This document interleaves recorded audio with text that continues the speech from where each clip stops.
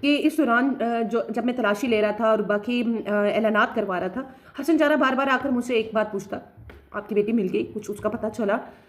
بیٹی مل گئی ہے کیا؟ لگتا ہے اسے کوئی اغوا کر کے لے گیا ہے۔ اس کی جو توجہ ہے وہ ڈائیورٹ کرنے کی کوشش کر رہا تھا۔ رات 9:30 بج کے اور ان سمیت محلے داروں کے صبر کا پیمانہ جو ہے وہ لبریز ہو چکا تھا۔ شکور کے مطابق ان سمیت اہل محلہ کا شک حسن جارہ تھا، جس کا میں آپ کو بتا چکی ہوں کہ اس کے کریکٹر کی وجہ سے اس کے اوپر شک کیا جا رہا تھا۔ عبدالشکور کا کہنا ہے کہ جب ہم اس حسن جارہ کے گھر پہنچتے ہیں اور جب انٹر ہونے کی کوشش کرتے ہیں تو اس کی ماں ہمیں روک کر کہتے ہیں کہ بھائی آپ کس طرح سے جو ہے تلاشی لے سکتے ہیں، یہ بچے میرے ہاتھوں میں پلی بڑھی ہے، تو آپ کیسے سوچ سکتے ہیں کہ مطلب انہوں نے مکمل طور پر اماں جی نے جو ہے وہ اعتماد لایا کہ ہمارے گھر میں ایسا کچھ بھی نہیں معاملہ ہوا۔ آخری ٹائم تک یہ اماں جو ہے وہ پر اعتماد انداز میں بتاتے رہے کہ وہ اس کے متعلق کچھ نہیں جانتے۔ اس گفتگو کے دوران جو ہے گاؤں کے ایک شخص نے جو ہے صحن کی جو مٹی کا کچھ حصہ ہے وہ نرم دیکھا۔ آپ کو پتا ہے گاؤں دیہاتوں میں جو ہے وہ بڑے طریقے سے جو ہے وہ گھروں کو لیپ کیا جاتا ہے، باقی گھر تو پکا تھا، کچھ حصہ ایسا تھا کہ جس میں سے لگ رہا تھا کہ جیسے مٹی جو ہے وہ نئی اس کی کھدائی کر کے اس کو برابر کرنے کی کوشش کی جا رہی ہے۔ تو اس آدمی نے یہ سوال پوچھا کہ یہ مٹی جو ہے یہ یہاں سے نرم کیوں ہے؟ عبدالشکور کے مطابق ملزم نے کہا کہ وہ کدال لانے جا رہا ہے، آپ خود یہاں کھدائی کر کے دیکھ لیں۔ اس کا ارادہ یہی تھا کہ چونکہ اس وقت اس کی واردات پکڑی جانے کے قریب تھی، اس لیے وہ یہاں سے فرار ہونے کے چکر میں تھا، مگر اس کے چہرے پر واضح پریشانی دیکھ کر محلے داروں نے اسے پکڑ لیا۔ اب جناب جب لوگوں نے نر مٹی کی کھدائی کی تو نیچے سے ننھی پری کا ہاتھ سامنے آ گیا اور ایسا ایسا کرتے پوری لاش برآمد ہوگی۔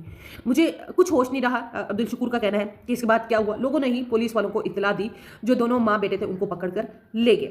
پولیس والے جب حسن جارہ کو پکڑ کر لے کر جا رہے ہوتے ہیں تو اسی افراتفری میں وہ ان سے بھاگنے کی کوشش کرتا ہے اور پولیس اہلکار جو ہیں ان کے درمیان کچھ ایسے جو ہے وہ سچویشن ہو جاتی ہے کہ ان کو حسن جارہ پر گولی چلانا پڑ جاتی ہے۔ اب یہ خبر جب محلے والے سنتے ہیں، اہل محلہ جو ہے وہاں پر یہ بازگشت وہاں پر آتی ہے کہ بھئی حسن جارہ جو ہے پولیس مقابلے میں مارا گیا، تو جناب اہل محلہ جو ہے وہ پھولوں کی پتیاں اٹھا کر پولیس والوں پر برسانا شروع کر دیتے ہیں۔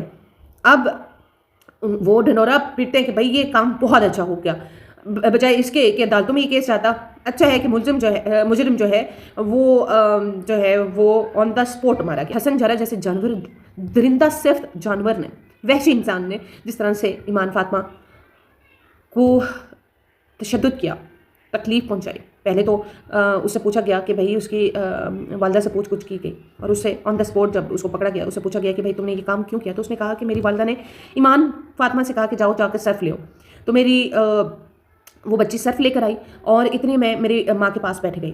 جب میری ماں کپڑے دھو کر چھت پر گئی تو نیچے جو ہے وہ جو ہے میں نے ایسا شیطانی کھیل کھیلا اس بچی کے ساتھ، اس کا ریپ کیا۔ جیسے ہی ماں نیچے اتر کر آتی ہے اور دیکھ کر کہتی ہے کہ بھئی یہ تم نے کیا کر ڈالا اس ننھی سی بچی کے ساتھ، اب تو یہ باہر جا کر سب کچھ جو ہے وہ اگل دے گی تمہارے خلاف اور محلے والے تمہیں مار ڈالیں گے۔ تو یہ کہتا ہے کہ میرے ذہن میں یہی آیا کہ میں اس بچی کو ہی مار ڈالوں۔ پھر میں نے اس بچی کے سر پر 1 بار 2 بار 3 بار 4 5 6 وار کر کے اینٹوں کے میں نے اس کو آن دا اسپوٹ مار دیا، اور وہ بچی کہا جاتا ہے کہ اس کی ایک بازو ٹوٹی ہوئی تھی اور جسم اس کا تشدد میں مبتلا تھا، ہر جگہ اس کا تشدد کیا گیا ہوا تھا، اور یہ چاہے اس کو مارنے کے لیے یا اس کے ساتھ گندا فیل کرتے ہوئے اس نے یہ سارے جو ہے غیر اخلاقی کام جو ہے وہ کیا۔ اب ماں جو ہے اس نے اپنے بیٹے کے گناہ پر پردہ ڈالنے کے لیے یہ کہا، اور ایسی ماؤں کی ہی وجہ سے معاشرے میں ایسے جنگلی جانور جو ہیں وہ پیدا ہوتے ہیں۔ ماں نے کہا کہ اب تم نے جو کرنا تھا وہ تو کر ڈالا، اب اس کو اس کے ساتھ مل کر وہ گڑھا کھود کر اور اس بچی کو اس کے اندر وہ ڈال دیتی ہے۔ بہرحال یہ تھا ان کی اتنی گھنونی قسم کی جو واردات ہوتی ہے وہ پکڑی جاتی ہے۔ اللہ کے نزدیک یہ جو ہے یہ عمل جو اس نے کیا وہ اتنا شدید غصے والا تھا کہ اہل محلہ نے اس کو قبر کی جگہ نہیں دی۔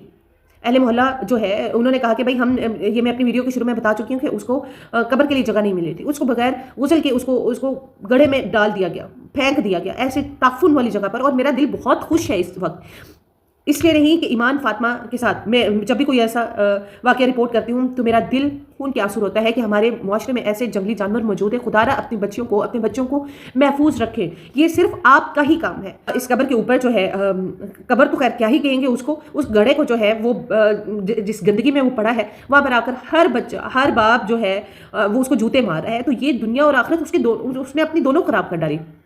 اس بچے کے ساتھ جو ظلم ہوا اس کی نشان عبرت جو ہے اہل محلہ والوں نے بہت اچھی اگزامپل یہ سیٹ کی ہے. لیکن یہی جو ہے کوئی ایسا قانون نافذ ہو جائے, کوئی ایسی چیز پاکستان میں ہمارے ملک میں ایسی آ جائے کہ آن دا اسپوٹ جو ہے گردنیں اڑائی جائے, تاکہ اس طرح کے جو جرائم ہیں ان کا سد باب ہو سکے. اپنے بچوں کا بہت خیال رکھے. اللہ ہمیں ہمارے بچوں کو اپنے حفظ و امان میں رکھے, اور ایمان فاطمہ کے والدین کو جو ہے وہ صبر عطا کرے کہ یہ دکھ جو ہے وہ ان کے دلوں پر ہمیشہ قائم رہے گا. اللہ تعالیٰ ہماری بچیوں کو اور ہمارے بچوں کو محفوظ رکھے ایسے درندوں سے. اپنا بہت سا خیال رکھیے گا. اللہ حافظ.